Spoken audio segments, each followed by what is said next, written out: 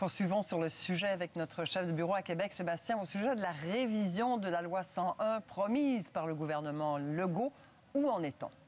Alors, le gouvernement nous promet une révision ambitieuse de la loi 101, donc il monte les attentes, mais on ne sait pas quand il sera présenté. On nous parle du printemps. 15 années sur la colline parlementaire, mais on a appris que le printemps se termine le 21 juin et que les gouvernements aiment souvent étirer au maximum les échéanciers. Alors, donner une date de dépôt du projet de loi relève plus de Nostradamus que du journalisme à ce stade-ci. Cela étant dit, ce qu'on comprend, c'est que le projet de loi était prêt l'automne dernier, mais qu'il a été reporté à cause de la pandémie. Il y serait question de la création d'un poste de commissaire à la langue française, de l'application de la Charte de la langue française aux entreprises de 25 à 50 employés qui ne sont pas assujettis en ce moment. La dernière fois que le premier ministre Legault en a parlé, il a dit que c'était un débat trop important pour être précipité et que cet enjeu serait abordé en temps et lieu. Et au sujet de la langue de travail, le ministre Jolin Barrette a réagi à notre reportage d'hier. Il promet que ceux qui ont les compétences pourront trouver un emploi au Québec, même s'ils ne parlent pas l'anglais.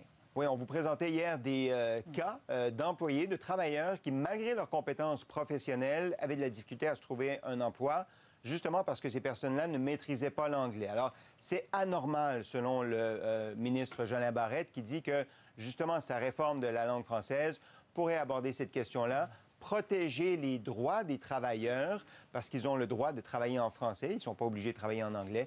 Écoutons Simon Jolin Barrette. J'ai vu le reportage hier qui a été diffusé à Radio-Canada. On a vu que les personnes avaient des aptitudes, des compétences et voulaient travailler. Et au Québec, on a le droit de travailler en français. Et le projet de loi que j'ai l'intention de déposer va s'assurer de faire respecter le droit de travailler en français des Québécois et des Québécoises. Alors, on se comprend, Geneviève, c'est un phénomène essentiellement montréalais. D'ailleurs, l'Office québécois de la langue française, dans une étude publiée récemment, disait que les 2 tiers des entreprises dans le processus d'embauche demandent l'anglais comme compétence, ce qui n'est pas nécessaire. C'est-à-dire que l'anglais peut être exigé seulement si c'est une compétence absolument nécessaire pour la fonction en question. Merci beaucoup, Sébastien Bovet. Au revoir.